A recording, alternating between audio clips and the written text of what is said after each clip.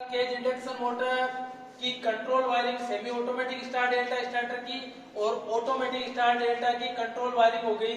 सबसे पहले power wiring के बाद में कंट्रोल वायरिंग। अभी इसमें क्या है, power wiring semi automatic automatic की सेम है। तो अब सबसे पहले देखो, हम पावर वायरिंग की बात करें तो पावर वायरिंग के अंदर अपने को 3 फेज की सप्लाई चाहिए। ये 3 फेज की सप्लाई है, line 1, line 2, line 3।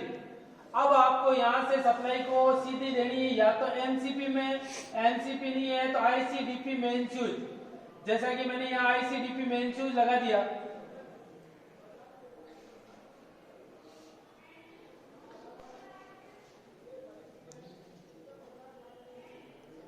Main switch के बाद पर आपको देना बैकअप फ्यूज। बैकअप फ्यूज के बाद में देना है ओवरलोड रिले। ये भी लाइन के प्रत्येक के श्रेणी क्रम में लगती है। ये हो गई आपकी thermal overload relay. Thermal overload relay के बाद में आपको ऑटोमेटिक स्टार डेल्टा हो चाहे सेमी ऑटोमेटिक, इसके अंदर 3 कॉन्टेक्टर होते हैं, main contactor, delta contactor, star contactor. सबसे पहला जो पॉइंट होगा वो होगा आपका मेन कॉन्टेक्टर। ये आपका क्या है, मेन कॉन्टेक्टर।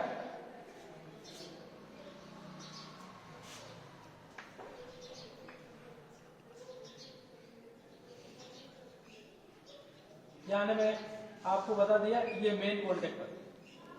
मेन कॉन्टेक्टर के बाद में बीच में जो आप दे रहे हो वो होगा डेल्टा कॉन्टेक्टर।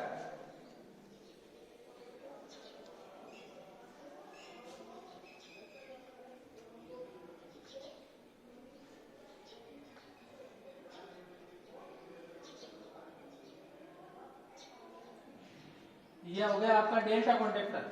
उसके बाद जो नेक्स्ट होगा वो होगा आपका स्टार कॉन्टेक्टर।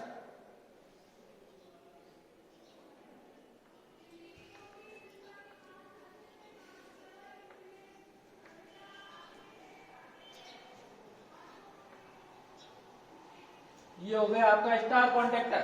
अब जो स्टार कॉन्टेक्टर है उनकी तीनों ऊपर वाले कॉन्टेक्टर क्या है, एक पत्ती के माध्यम से शॉर्ट होंगे।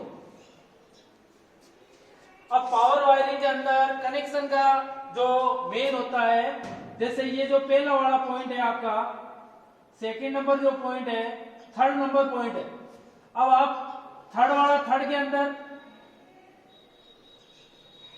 सेकंड वाला सेकंड के अंदर और फर्स्ट वाला फर्स्ट के अंदर।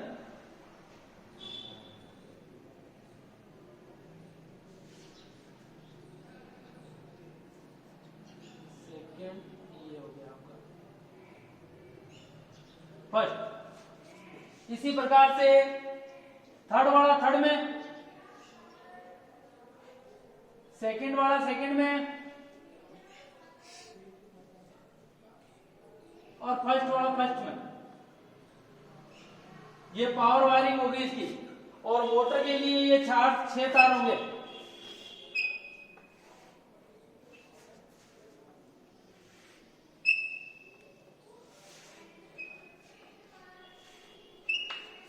ये तो हो गई पावर वायरिंग।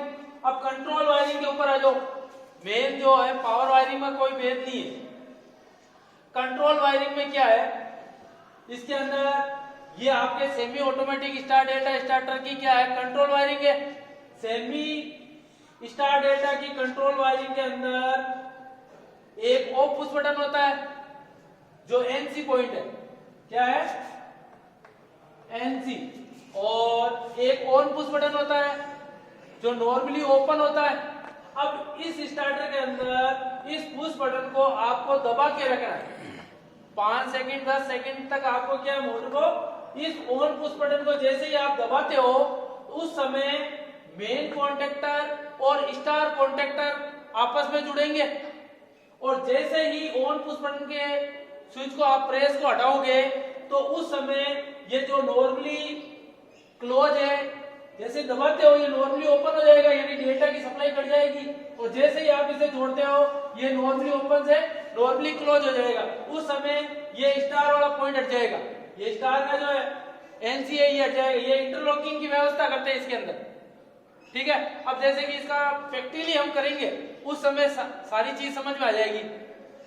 उसी प्रकार से ये है automatic start delta starter. Automatic start delta starter के अंदर पुश बटन को केवल एक दफे दबाना है। इसके अंदर जो टाइमर लगा होता है, टाइम रिले, ये टाइमर होता है ना, ये 10 सेकंड 15 सेकंड के बाद में मोटर को स्टार से डेल्टा में कन्वर्ट कर देगा। तो ये सर्किट डायग्राम हर बंदे को आना चाहिए, ठीक है। एक एक बंदा इस सर्किट डायग्राम को समझना आपको। इसमें का मेन कॉन्टेक्टर स्टार्टर को हटा के हमें वापस इसकी वायरिंग करनी है। सबसे पहले जैसे कि पावर वायरिंग की बात करें तो यहाँ से देखो आर वाला फर्स्ट में, सेकंड में, थर्ड में, और यहाँ से वापस देखो फर्स्ट में, सेकंड में, थर्ड में, यानी ये तो हो गई पावर वायरिंग। अब उसके बाद में ये जो कंट्रोल वायरिंग है, इस कंट्रोल वायरिंग में जैसे ये सेमी ऑटोमेटिक है, यहाँ देखो ये टाइमर लगा हुआ है, ये NC NO, ठीक है, NC NO को चेक करना आना चाहिए। अब जैसे ही मैं यहाँ से पहले सप्लाई को ऑन कर रहा हूँ, सप्लाई को ऑन किया, सप्लाई को ऑन करते ही सबसे पहले ये मेरा क्या स्टार, यहाँ से देखो ये 3 पत्तियां आपस में शॉर्ट हो रखी है। जैसे ही मैं मोटर को चालू करूंगा सबसे पहले मेन कॉन्टेक्टर और स्टार कॉन्टेक्टर काम करेगा। उसके बाद में कुछ समय के बाद में 10 से 15 सेकंड के बाद में ये कॉन्टेक्टर ओपन हो जाएगा, ये क्लोज हो जाएगा, ये दोनों। तो ये पूरी गणित को देखो, जैसे ही मैंने ऑन पुश बटन को दबाया ये और ये दोनों क्लोज हो गए, ये ओपन है। अब कुछ समय के बाद में ये ओपन हो जाएगा और ये क्लोज हो जाएगा। ये मोटर अपनी चल रही है, जिस समय पे देखना ये चेंज हो जाएगा और करंट का मान भी बढ़ जाएगा। ये देखो, यानी ये ओपन हो गया और ये चेंज हो गया। आगे समझ में, यानी इस प्रकार के आपको इस स्टार्टर के साथ मोटर को इस प्रकार से व्यवस्थित करना है कि मोटर के जैसे ही ऑन पुश बटन को दबाया जाए तो पहले मेन कॉन्टेक्टर और स्टार कॉन्टेक्टर काम करे और कुछ समय के बाद में स्टार वाला ओपन हो जाए और डेल्टा वाला चालू हो जाए।